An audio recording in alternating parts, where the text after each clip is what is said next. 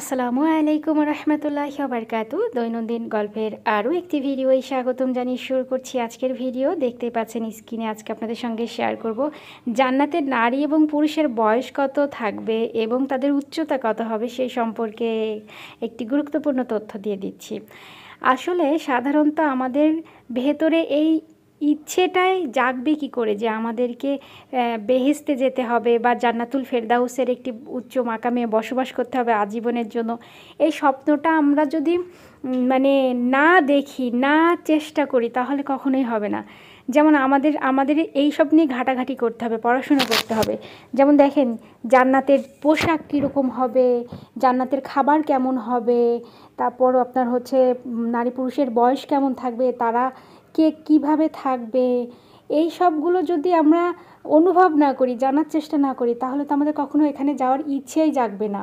আর ইচ্ছে যদি না জাগে তাহলে কি আর আমরা ভালো কাজ করতে পারবো?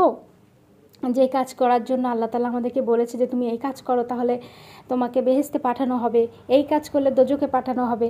তো আমাদের আসলে এইগুলো নিয়ে তো জানার ইচ্ছেই নেই, যার কারণে আমাদের জান্নাতে যাওয়ারও ইচ্ছে জাগে না। শুধু ভাবি যে হ্যাঁ মরণের পর জান্নাতে যেতে হবে, কিন্তু যখন আমরা কোনো কিছু নিয়ে চিন্তা করব এটা কেমন দেখতে হয়, হ্যাঁ, তখনই কিন্তু আমাদের ইচ্ছা জাগবে, লোভ জাগবে যাওয়ার জন্য।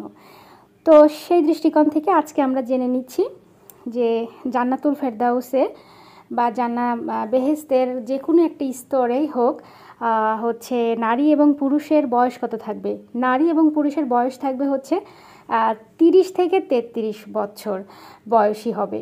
নারী এবং পুরুষ দুজনেরই হচ্ছে 30 থেকে 33 বছরের মধ্যে ওদের বয়স থাকবে।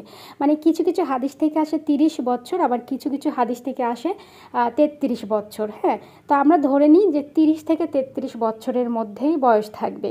আবার কিছু কিছু হাদিসে এরকম আসে যে হচ্ছে পুরুষদের বয়স থাকবে 30 থেকে 33-এর মধ্যে, কিন্তু নারীদের বয়স থাকবে কোনো হাদিস থেকে পাওয়া যায় 16 বছর, কোনো হাদিস থেকে পাওয়া যায় 18 বছর। কিন্তু এইগুলো আসলে ভিত্তিহীন, এটা সঠিক না। সঠিক হচ্ছে যে 30 থেকে 33 বছর বয়স থাকবে, 30 থেকে 33।